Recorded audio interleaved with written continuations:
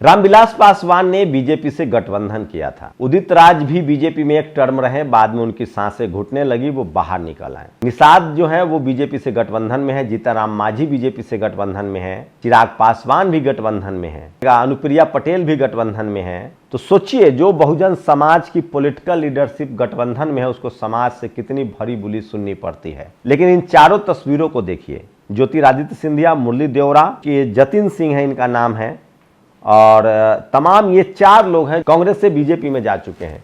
और 2010 से लेकर 24 तक न जाने कितने कांग्रेसी बीजेपी के हो गए, और जो नहीं है वो स्लीपर सेल की तरह काम कर रहे हैं। इन सब में खास बात क्या, तो सोचिए, बहुजन समाज का नेता गठबंधन भी कर ले तो उसका समाज दरकिनार कर देता है, लेकिन सवर्ण समाज अपने नेताओं को गले लगा लेता है अगर वो सत्ता के साथ जा रहा है।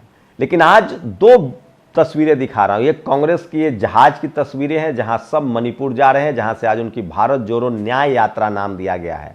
कल राहुल गांधी से बहुजन समाज के बहुत सारे इंटेलेक्चुअल मिले थे, जिसमें प्रोफेसर रतनलाल, सूरज मंडल जैसे लोगों ने मुलाकात की थी। ईवीएम को लेकर उन्होंने मदद मांगी है। तो सोचिए, बहुजन समाज का नेता किसी से मिल भी ले तो कितना बवाल होता है। गठबंधन में चला जाए तो भी समाज इनकार कर देता है। लेकिन सवर्ण समाज को देखिए किस तरह से वो जब चाहे कांग्रेस में, जब चाहे बीजेपी में चले जाते हैं, और उनका समाज चू तक नहीं करता है। बस शर्त इतनी है कि समाज का काम होता रहे।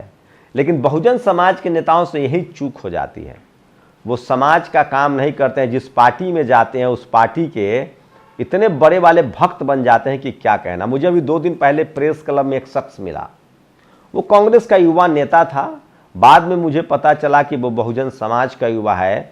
वो ऐसे बात कर रहा था जैसे इस देश में सबसे बड़ी खराब party Sapa, Basapa, RJD, JDU और जेएमएम है। मैं फिर कह रहा हूं, जिस दिन SC, ST, OBC political party खत्म हो गई, RJD, Sapa, Basapa, RJD, JDU खत्म हो गई, उस दिन कांग्रेस, बीजेपी फिर आपके साथ वही व्यवहार करेगी जो 70-80 के दशक तक आपके साथ हो सकता था।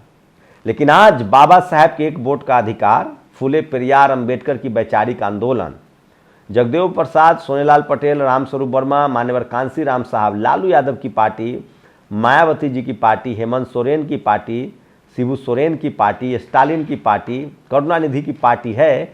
इसलिए एससी, एसटी, ओबीसी की पूछ है। अगर मकीन मानिए, जिस दिन बहुजन दल समाप्त हो गए, इस देश के 90% एससी, एसटी, ओबीसी के लोगों के लिए जगह नहीं मिलेगी। नमस्कार, मैं शंभू कुमार सिंह और आप देख रहे हैं नेशनल दस्तक। सोचिए, आज कोई भी पार्टी हो, मंडल कमीशन के बाद से आज कोई भी पार्टी हो, बगैर एससी, एसटी, ओबीसी युवाओं का काम नहीं चलेगा। आज कांग्रेस पहला भारत जोड़ो यात्रा थी, अब भारत जोड़ो न्याय यात्रा कर रही है। मैं इसीलिए कह रहा हूं, बहुजन समाज के युवाओं को जमकर राजनीति में आना चाहिए। बस शर्त इतनी है कि आप वैचारिक राजनीति में पहला विचारधारा, अगर आप एससी, एसटी, ओबीसी, किसान कम्युनिटी से हैं, अल्पसंख्यक समुदाय से है, तो आपकी पहली विचारधारा अपने समाज के हितों की रक्षा होनी चाहिए। पहले राष्ट्र की रक्षा, फिर समाज के हितों की रक्षा। अगर आपका हित और राष्ट्र का हित चुनना है तो राष्ट्र का हित चुनिए, आपका हित और समाज का हित चुनना है तो भी समाज का हित चुनिए। अपने हितों को राष्ट्र में रखिए, तब जाकर समाज आपके साथ बना रहेगा, चाहे आप किसी पार्टी में हो। और ये बाबा साहेब के संवैधानिक अधिकार है, एक वोट की ताकत न होती। बहुजन समाज में फूले पेरियार, अंबेडकर, कबीर, संत शिरोमणि रविदास महाराज, संत गाडगे और वो तमाम नाम जो शायद मैं भूल जाता हूँगा, जगदेव प्रसाद, सोनेलाल पटेल, महामाना रामस्वरूप वर्मा, हेमंत सोरेन, शिबू सोरेन, लालू यादव, कर्पूरी ठाकुर, ये सब नहीं होते, चौधरी देवीलाल, चौधरी चरण सिंह, ये लोग नहीं होते, तो आज आपको राजनीतिक भागीदारी नहीं मिलती। तो सोचिए, पार्टी कोई भी हो, बगैर एससी, एसटी, ओबीसी, चूंकि आपकी आबादी 85% है, इसके बगैर काम नहीं चलेगा।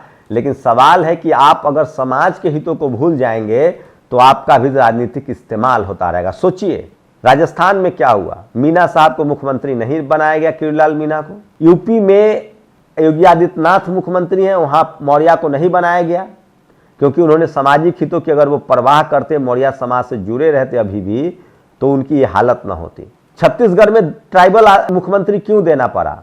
यही सब बीजेपी जो है वो सोशलिज्म की राजनीति कर रही है, और कांग्रेस ने 60 साल तक हैंगओवर में यही सब नहीं किया। तो ये जो आपको मिल रहा है दलित, पिछड़े, आदिवासियों को, अगर कोई पार्टी में है आप, अगर खासकर कांग्रेस बीजेपी में है और आपको लगता है कि आपके मेरिट की वजह से मिल रहा है तो आप गफलत में हैं। जिस दिन Sapa, Basapa, RJD, JDU, JMM, DMK खत्म हो जाएगी ना, आपका कोई नाम लेने वाला नहीं रहेगा। कोई दूसरा भी उसी को घर में सहारा देता है ना, कोई दूसरा जिस जानता है कि इसका अपना भी घर है, अगर सहारा नहीं देंगे या बुरे वक्त में मदद नहीं करेंगे तो अपने घर में वापसी हो जाएगी। तो बहुजन समाज के जनता को कम से कम सोचना चाहिए, आपका नेता किसी पार्टी में हो, आपको वोट कहां करना यह समझना पड़ेगा। आप सोचिए, सवर्ण समाज का नेता किस पार्टी में नहीं है? Sapa, Basapa, RJD, JDU, JMM में नहीं है सब पार्टी में, लेकिन सवर्ण समाज वोट कहां करता है? यही बहुजन समाज चूक हो जाता है। बहुजन समाज अपनी जाति के नेता के आधार पर वोट करता है और इसीलिए उसके अधिकार नहीं मिल पाते हैं। लेकिन एक बात है, बहुजन समाज बड़ा ईमानदार और भोला है। बहुजन समाज का नेता जब किसी पार्टी में जाता है तो वो अपने जमात को भी ले जाता है, वोट भी ले जाता है। सवर्ण समाज के साथ ऐसा नहीं है। सवर्ण समाज का कोई भी नेता आज किसी पार्टी में हो, वोट तो वो बीजेपी को ही देता है। और यही सबसे बड़ी बात है जो मैं आपको बता रहा था।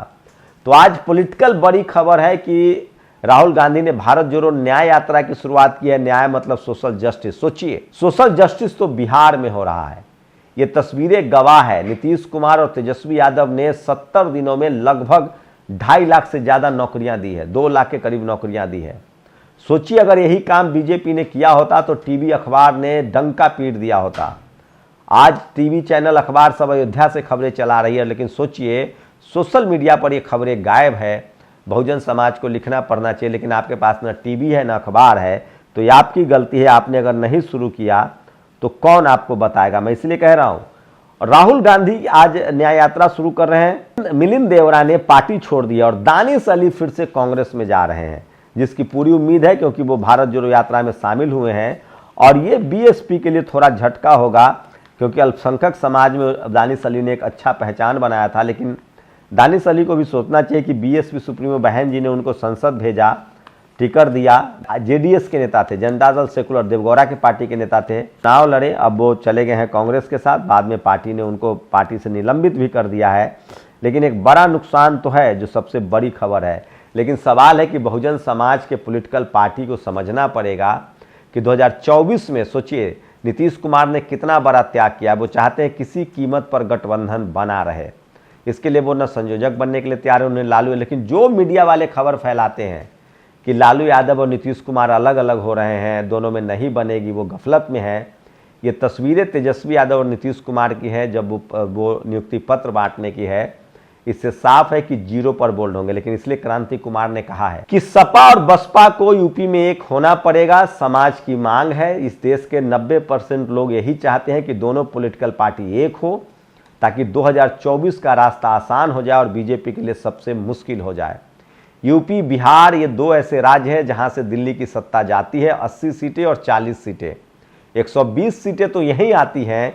झारखंड को जोड़ दीजिए तो 154 सीटें हो जाती है। सोचिए, 134 सीटें हो जाती हैं। और अगर मायावती जी इंडिया गठबंधन में आती हैं तो सबसे बड़ा फायदा होगा। और मैं फिर कह रहा हूं, नीतीश कुमार ने इस गठबंधन को बनाया है, बड़ा सेक्रीफाइस किया है। आज कांग्रेस, आम आदमी पार्टी मिल रही है, ममता बनर्जी भी सेटिंग कर लेंगे, लेकिन बहुजन समाज को एकजुट रहना पड़ेगा।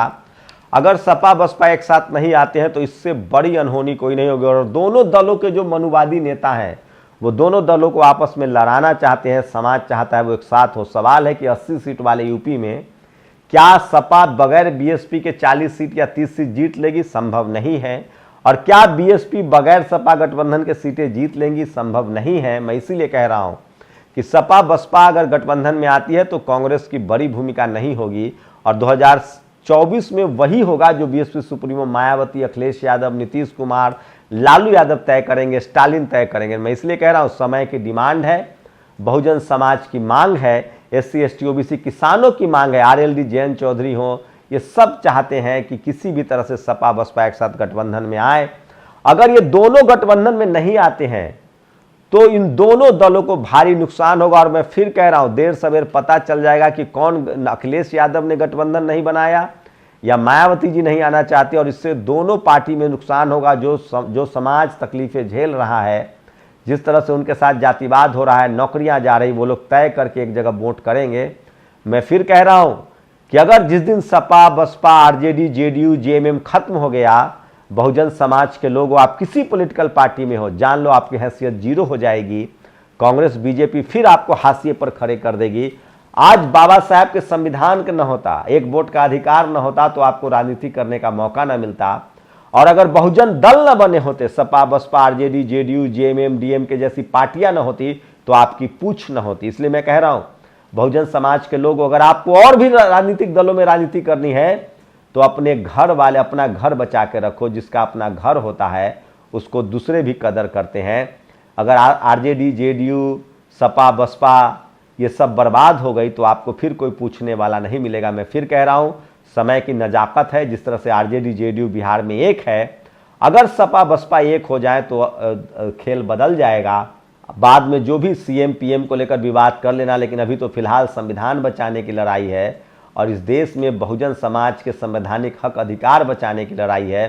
जातिवाद से लोग त्रस्त हैं, नौकरी पेशा लोगों को परेशान किया जा रहा है, आम लोगों के साथ अत्याचार हो रहा है। और मैं फिर कह रहा हूं स्कूल अस्पताल के मुद्दे पीछे छूट गए हैं और इस देश की मनुवादी मीडिया डेमोक्रेसी और संविधान के खिलाफ हो गई है। अगर सपा बसपा में गठबंधन नहीं हुआ तो ये किसी अनहोनी से कम नहीं होगा। और मैं फिर कह रहा हूं दोनों दलों के परफॉर्मेंस पर इसका बहुत बुरा असर पड़ेगा। और फिर आप मत कहना कि मैंने बताया नहीं। सपा ने जहां 2017 से कोई चुनाव, बड़ा चुनाव नहीं जीता है, सपा ने भी पिछले 10 सालों से कोई चुनाव नहीं जीता है और ये दोनों हाशिए पर हैं। मैं फिर कह रहा हूं अगर दोनों एकजुट होते हैं तो दोनों को 30-30 सांसद संसद में आ सकते हैं। अगर दोनों अकेले लड़ेंगे तो क्या लगता है आप लोगों को, क्या दोनों पार्टियां जीत पाएंगी? तो आज बहुजन समाज की सबसे बड़ी डिमांड है, सोचिए सवर्ण समाज के लोग एक एक करके बीजेपी में जा रहे हैं। क्या बहुजन समाज के नेताओं को एकजुट नहीं होना चाहिए? क्या इनका ईगो इतना बड़ा हो गया है कि समाज के हितों से भी ऊपर है? मैं फिर कह रहा हूं आज समाज नहीं बचेगा, संविधान नहीं बचेगा, समाज की संवैधानिक अधिकार नहीं बचेंगे तो कल सपा बसपा भी नहीं बचेगी। क्या है बहुजन समाज की राय? अपनी प्रतिक्रिया जरूर दीजिए। शुक्रिया। नेशनल दस्तक की आपसे गुजारिश है कि अगर इसको बचाना चाहते हैं तो नेशनल दस्तक को सब्सक्राइब करने के लिए रेड कलर के सब्सक्राइब बटन को दबाएं, फिर बेल आइकन की घंटी दबाएं। नेशनल दस्तक को बचाने के लिए बहुत जरूरी है कि हर खबर को शेयर करें, लाइक करें, कमेंट जरूर करें।